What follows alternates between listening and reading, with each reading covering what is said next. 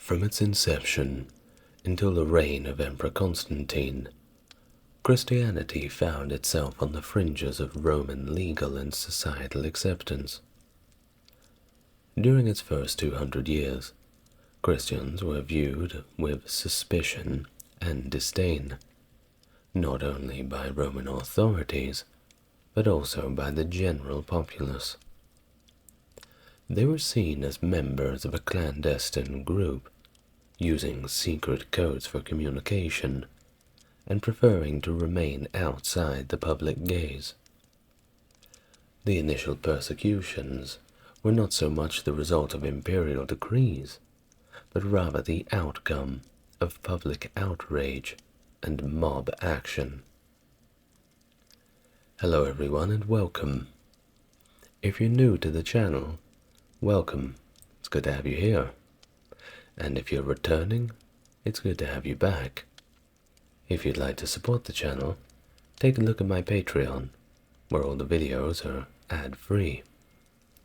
Or help me out in the algorithm with a like, comment, and subscribe.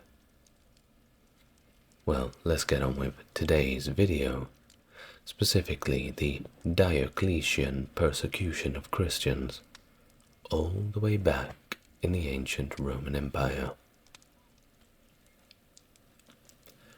Christians occupied a peculiar position in Roman society. They were neither fully Roman in their customs, nor entirely foreign. The refusal to participate in public festivals, the imperial cult, or to hold public office, coupled with their critique of ancient traditions, positioned them at odds with the fabric of Roman life, which was deeply intertwined with its religious practices. This divergence led to familial rifts, as illustrated by stories of pagan spouses denouncing their Christian partners, and children being disowned for their new faith. Despite the widespread distaste and occasional violence directed towards Christians, the Roman emperors of the first 2 centuries did not enact comprehensive laws targeting the religion. Local officials were typically the ones executing persecutions, which were sporadic and, at this point, very much localized, hence posing limited threat to Christianity's survival. However, Christians lived with a constant fear of state reprisal, which significantly shaped their collective identity. The 3rd century, however, marked a shift. Emperors began to take a more active role in persecuting Christians, moving beyond merely reacting to public sentiment. Christianity itself was evolving, with adherents now coming from wealthier and more influential segments of society. The official stance hardened, with emperors like Septimius Severus forbidding conversions and others like Decius requiring public acts of allegiance to pagan gods. This all, of course, culminated in a widespread persecution and even martyrdom among many Christians in the empire. Decius's efforts to undermine Christianity through forced apostasy had a significant impact, leading to mass renunciation of faith in some areas. However, his death in battle left his campaign unfinished, allowing the Christian Church to somewhat recover. This pattern of persecution was briefly revised under Emperor Valerian, who escalated the penalties to exile, forced labor in the mines, or even death.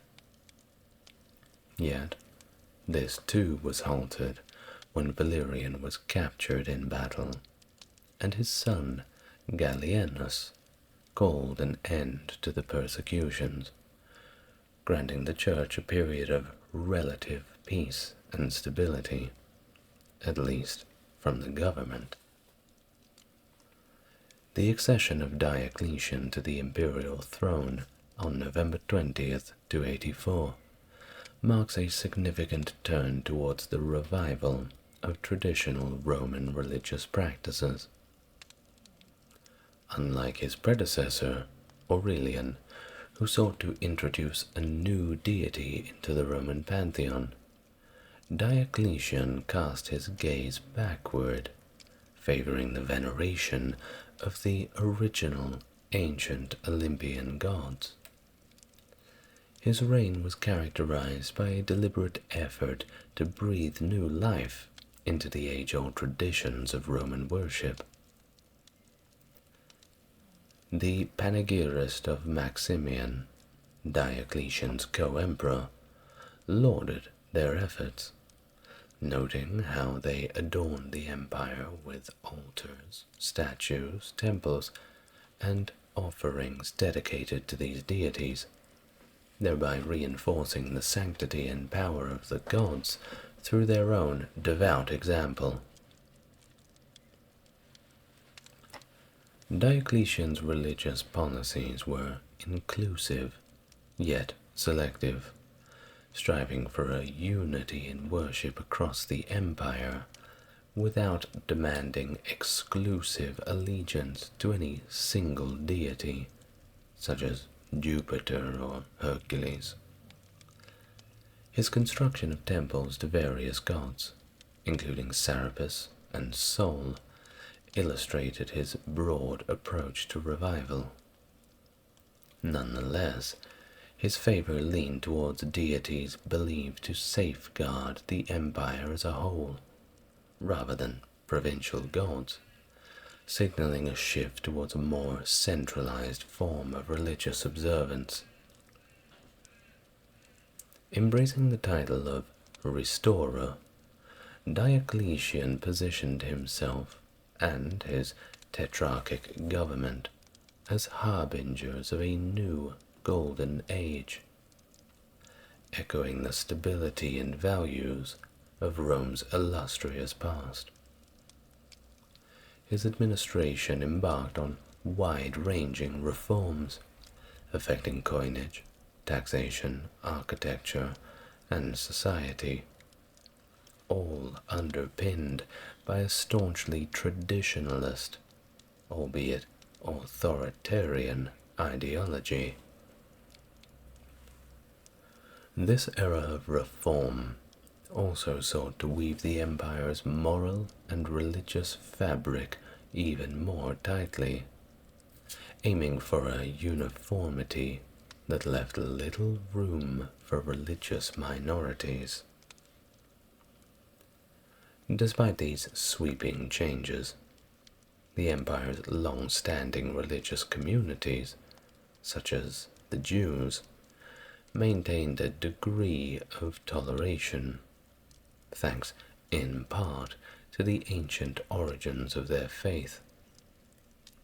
Christians, however, found themselves in a more precarious position, their faith being relatively new and rather distinct from Judaism, lacked the same foundation for tolerance.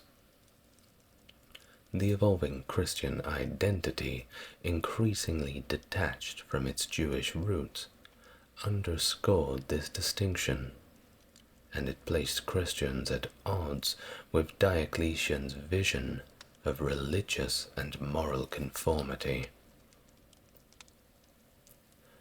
The Tetrarchy's zeal for moral reform extended beyond religious persecution.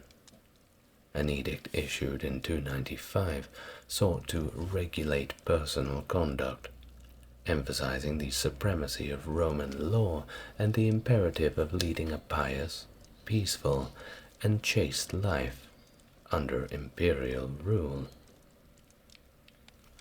This legal and moral crusade underscored the emperor's belief in the divine favor resting upon those who upheld the sanctity of Roman law and tradition.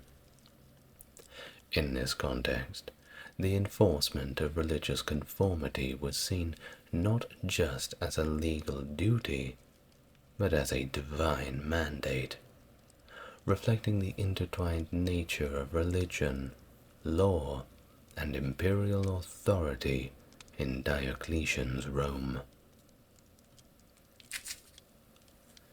In the decades that followed, the peace established by Emperor Gallienus in 260, the Christian communities within the Roman Empire experienced a remarkable period of growth and expansion, particularly in the eastern regions. The transformation of Christianity from a faith practiced by a relatively small group to one boasting a membership of around 6 million by the year 300, a tenth of the empire's population, signifies a profound shift in the religious landscape of ancient Rome. Now, this growth was not just confined to urban centers. Christianity began to spread into rural areas where it had previously been sparse. The construction of larger and more conspicuous churches, such as the one in Nicomedia, prominently located near the imperial palace, by the way, attests to both the numerical growth and the increasing prosperity of Christian communities. This expansion and the visible affluence of Christian communities likely contributed to a decline in the popularity of traditional deities, particularly in regions like North Africa and Egypt. Of course, the post-Gallienus era saw Christians attaining high ranks within the Roman government, a testament to the faith's growing integration into the fabric of Roman society. Even Diocletian, known for his later persecution of Christians, appointed followers to the faith of significant positions, and there are suggestions that his family may have been sympathetic to Christianity. This period of relative peace and increasing acceptance contrasted sharply with the earlier centuries of suspicion and persecution, indicating a significant shift in societal attitudes. However, not all were pleased with Christianity's burgeoning influence. Intellectuals and members of the establishment, like Porphyry of Tyre and Socianus Heracles, expressed strong opposition to the faith, critiquing its principles and comparing its figurehead, namely Jesus Christ, unfavorably with figures like Apollonius of Tyana. Porphyry, in particular, evolved from offering restrained criticism to penning extensive work directly attacking Christian doctrines and practices. These criticisms reflect a broader cultural and intellectual resistance to Christianity, which was grounded in a defense of traditional Roman values and cultural practices. The pagan priesthood also viewed the rise of Christianity as a threat to the traditional cults, believing that the Christian presence impeded their religious ceremonies and even diminished the efficacy of oracles and sacrifices. This sentiment was mirrored in the financial concerns expressed by individuals involved in providing pagan religious services, who lamented the decline in traditional practice and the dwindling financial support for pagan rituals. The tension between growing Christian communities and the proponents of traditional Roman religion underscores a period of significant cultural transformation. This era of expansion for Christianity, juxtaposed with the resistance from traditionalist elements, set the stage for the complex dynamics of faith, power, and identity that would continue to evolve in the years leading up to and following the reign of Diocletian. In the aftermath of their victories in the Persian Wars, co-emperors Diocletian and Galerius made their way to Syrian Antioch in 299, embarking on a series of religious rituals aimed at divining the future. Their efforts, however, were stymied by an unexpected interference. The haruspices, or diviners, tasked with interpreting omens from animal sacrifices, encountered an unexplained inability to read the signs, despite multiple attempts. The chief haruspics eventually concluded that the presence of certain Christians within the imperial retinue, who made the sign of the cross during the rituals, disrupted the divinatory process. Well, this led to a swift and stern reaction from Diocletian, who demanded that all members of the court partake in a sacrifice to rectify this situation. Furthermore, a directive was sent throughout the military, presenting soldiers with a stark choice: perform the sacrifice or face the consequences. Which consequences? Well, they included discharge from service, loss of rank, and the forfeiture of pensions and savings. Interestingly, these measures, while severe in their impact on careers and livelihoods, did not result in bloodshed among the Christian members of the imperial household, suggesting a level of restraint or perhaps an adherence to a policy of intolerance rather than outright violence. I suppose one would have to remember that those eastern regions had quite a lot of Christians in them, and when you have a large group of people, well, you don't really want to annoy them. Rebellions can break out pretty easily in the borders of the empire.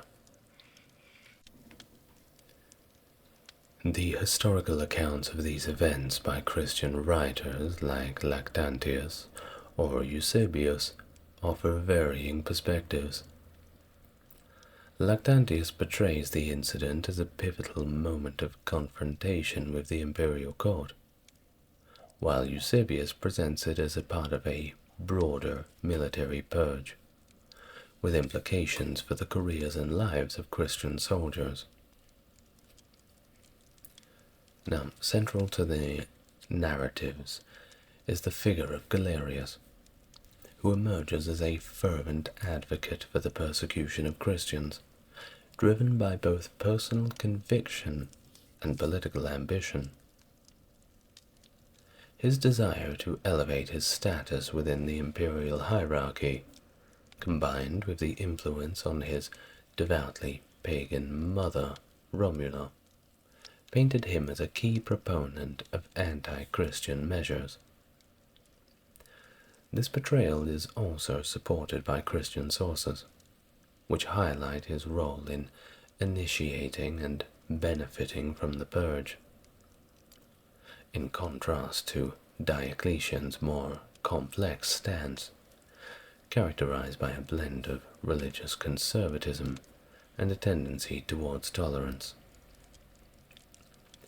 The dynamic between Diocletian and Galerius, influenced by their individual beliefs, personal histories, and political aspirations, underscores a nuanced take in this, setting the stage for a period of increased persecution which would shape the imperial attitudes towards the Christians. Following the initial wave of persecutions, the political and religious climate within the Roman Empire seemed to somewhat stabilize for a time. Diocletian, having settled in Antioch for 3 years, undertook measures to maintain the empire's stability, including instituting a grain dole in Alexandria during a brief visit to Egypt. It was during this relatively calm period that a new target of imperial ire emerged: the followers of the prophet Mani. The Manichaeans, accused of introducing foreign and destructive doctrines into the Roman realm, caught Diocletian's attention. His response, articulated in the Edict de Maleficus et Manichaeus on March 31st, 302, was severe and unequivocal. This edict condemned the Manichaeans for their recent and alien sect, portraying them as a threat not only to traditional religious orders, but also to the societal and political stability of the empire. Diocletian's directive was merciless, ordering the execution of the sect's leaders and the burning of their texts, with harsh penalties extended to any followers who resisted. The tension between Diocletian's conservative religious policies and the growing Christian community escalated in Antioch in the autumn of 302. An incident involving a Christian deacon named Romanus, who publicly challenged the legitimacy of pagan sacrifices, prompted a harsh response. Although initially sentenced to be burned alive, Romanus was ultimately executed by having his tongue removed, a punishment that Diocletian believed to fit the crime of disrupting sacred rites. This event further highlights the emperor's resolve to counter any challenges to traditional religious practices. As Diocletian and Galerius debated the empire's stance towards Christians, their discussions revealed a deepening rift over how to best address the perceived threat posed by this religious minority. While Diocletian advocated for barring Christians from public service as a sufficient measure, Galerius posed for a more extreme solution: their complete eradication. The consultation of the oracle of Apollo at Didyma, intended to resolve this dispute, well, it only deepened the crisis.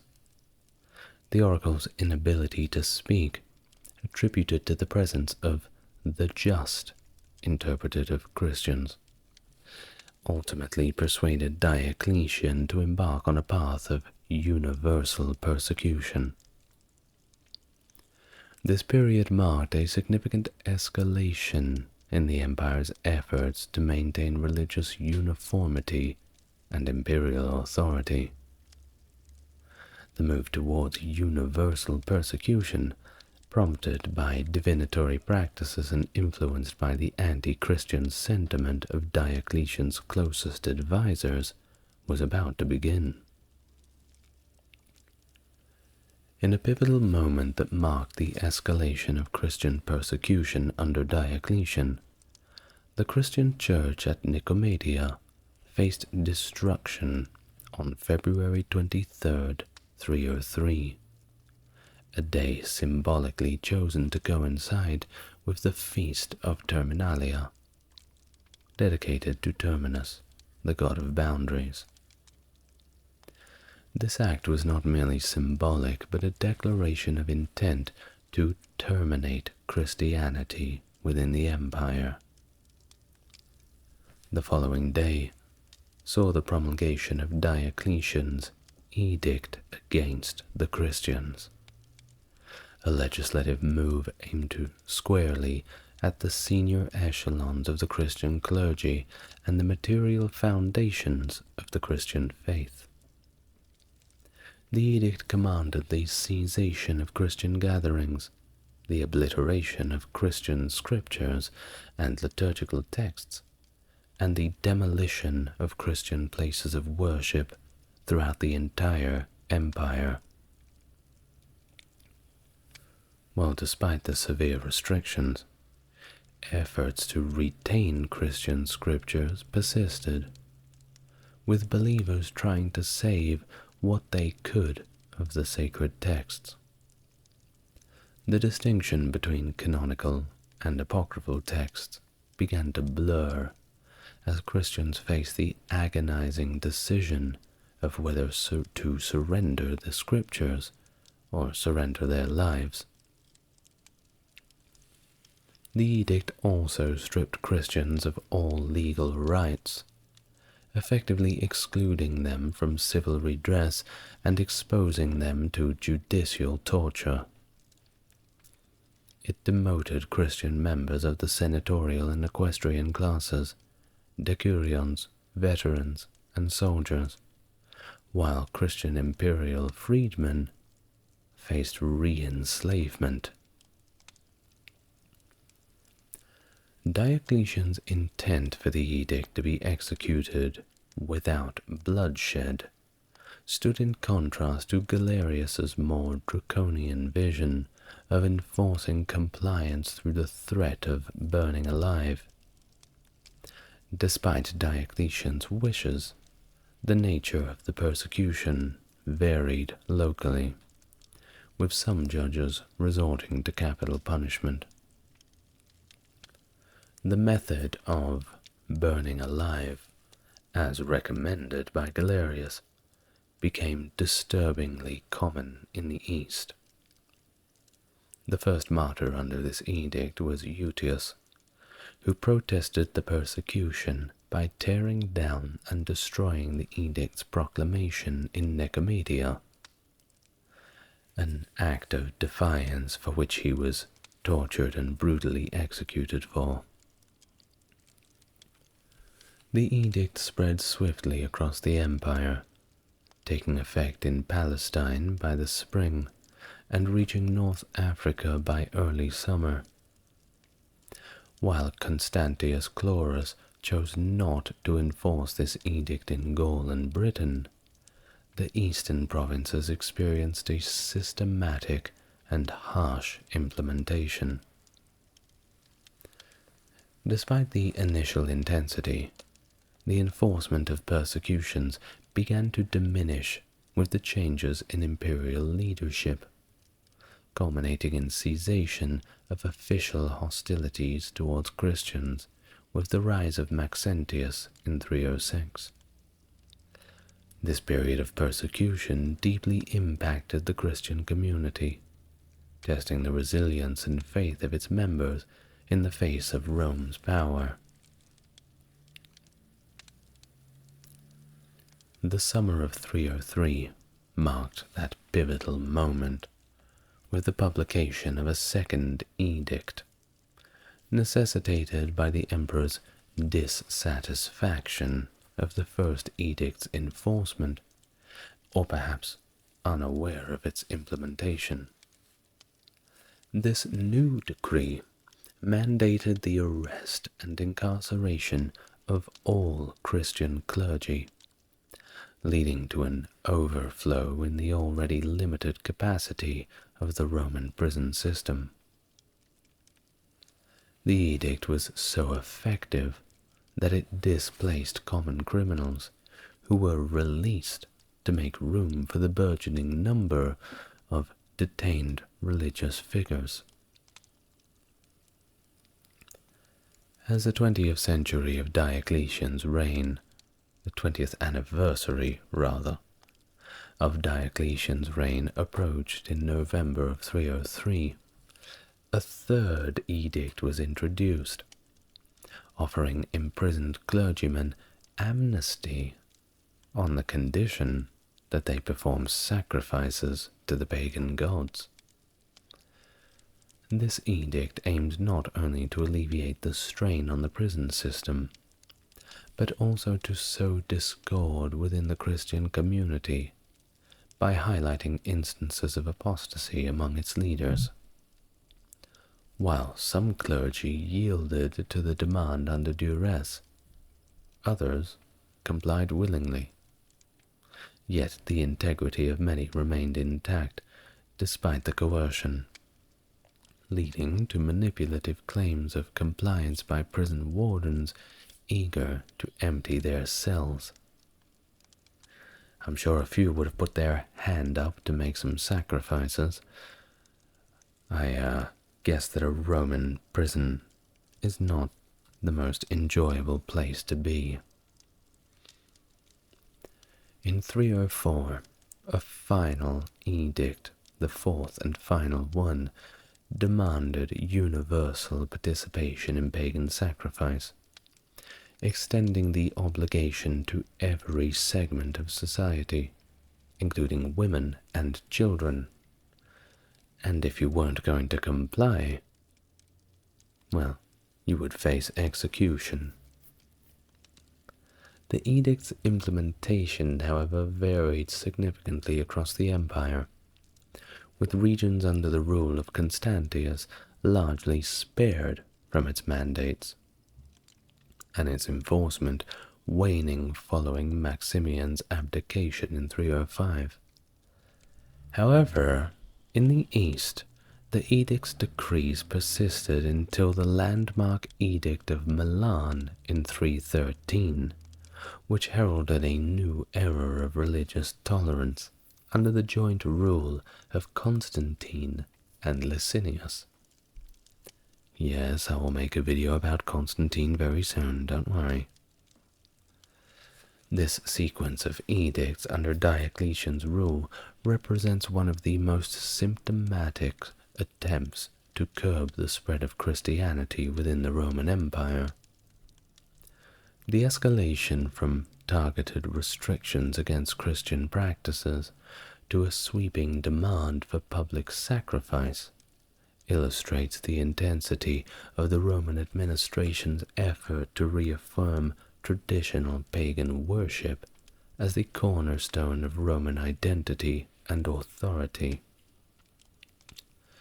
Yet the varied enforcement and eventual cessations of these persecutions, while they reflect the more complex interplay of politics that would ultimately lead to Christianity's ascendance as a dominant force within the empire. The resignation of Diocletian and Maximian on May 1st, 305, marked a new pivotal moment in Roman history, ushering in a new era of leadership under Constantius and Galerius as the senior emperors, with Severus and Maximius stepping into the roles of junior emperors. This shift, orchestrated under the influence of Galerius, according to Lactantius, signified not only a change in personnel, but also a continuation and intensification of policies against Christians in the eastern parts of the empire. The legacy of Diocletian's rule, particularly his efforts to eradicate Christianity, seemed, at the moment of his resignation, to have been effective. The churches laid in ruins. The ecclesiastical hierarchy was shattered, and the Christian presence within the army and civil bureaucracy was all but purged. However, the Diocletianic dream of a Christianity-free empire began to unravel almost as quickly as the new tetrarchy took power. In the east, Galerius and Maximus doubled down on the persecution, issuing edicts that demanded universal sacrifice from the population. Yet it was in the West where the most significant challenges to their authority and policies emerged. The exclusion of Constantine and Maxentius from the succession plan sowed seeds of discontent and rivalry, setting the stage for a dramatic reversal in the empire's approach to Christianity. Constantine, ascending to power in the West following his father's death, took immediate steps to cease the persecution of Christians and restore their rights and properties, positioning himself as a protector and benefactor of the Christian faith. Meanwhile, Maxentius, seizing control of Rome, extended toleration towards Christians within his territories, further eroding the foundations of the persecutions established by Diocletian and Galerius. These developments signaled not just a shift in the empire's religious policy, but they also highlighted deep fractures within the tetrarchy as a system of governance. The actions of Constantine and Maxentius, driven by both political pragmatism and personal conviction, laid the groundwork for the eventual acceptance of Christianity within the empire, moving it from the fringes of society into the heart of imperial power. In the twilight of his reign and life, Galerius issued the Edict of Serdica in 311, a decree that would etch his name into the annals of history with a gesture of tolerance that contrasted sharply with the preceding years of intense persecution. From his deathbed, Galerius sought to mend the fabric of an empire torn by religious strife, granting Christians the freedom to practice their faith openly and to re-establish their places of worship, provided that their gatherings remained orderly. This edict, preserved by Lactantius and translated by Eusebius, reflected a begrudging acknowledgement of Christianity's resilience and a strategic retreat from the empire-wide efforts to extinguish the Christian faith. Galerius's proclamation, however, did not represent a wholehearted embrace of Christianity. Rather, it was an interesting exercise in pragmatism, rooted in the desire for stability and the recognition of the futility of further persecutions. By allowing Christians to pray for the health of the emperor and the security of the state, Galerius aimed to integrate them into the societal and political fabric of the empire, and somehow leverage their faith for the common good. The significance of this edict lies not just in its immediate effect, halting the persecution of Christians in the East, but also in its broader implications for the relationship between the Roman state and Christianity. While some early and late historians have debated the importance of the edict, with views ranging from skepticism to recognition of its pivotal role, the consensus is that it marked a turning point, acknowledging the persistence of Christianity and paving the way for its eventual dominance within the empire. However, the peace that Galerius sought to secure was short-lived, at least in some quarters of the empire, notably under Maximinus, who resumed persecution within months of the edict's issuance. This resurgence of hostilities underscored the uneven path towards religious tolerance, a path that would not find a more definitive expression until the Edict of Milan in 313. Convened by Licinius and Constantine, this agreement extended the freedoms granted by Galerius to a universal peace, allowing open and free observance of all religions across the empire, thereby cementing the principle of religious tolerance that Galerius had tentatively introduced. The Edict of Milan, therefore, did not emerge in a vacuum, but was a culmination of a series of legislative and philosophical shifts that began with Galerius's Edict of Serdica. By formally recognizing the rights of Christians and all religions to worship freely, these edicts collectively contributed to the transformation of the Roman Empire from a polity defined by a religious uniformity to one characterized by a certain degree of religious pluralism, setting the stage for the ascendance of Christianity as a central element of Roman and later European identity. Thank you very much for listening today. It's been a pleasure. What an interesting topic we've had the joy of speaking about today. Well, I would like to say thank you to my Mega Chad patron Stark Factory for continuing to support the channel on the Patreon. If you would like to support the channel, then how about you head over to Patreon and take a look. All the videos are available ad-free, and you know I upload twice a day.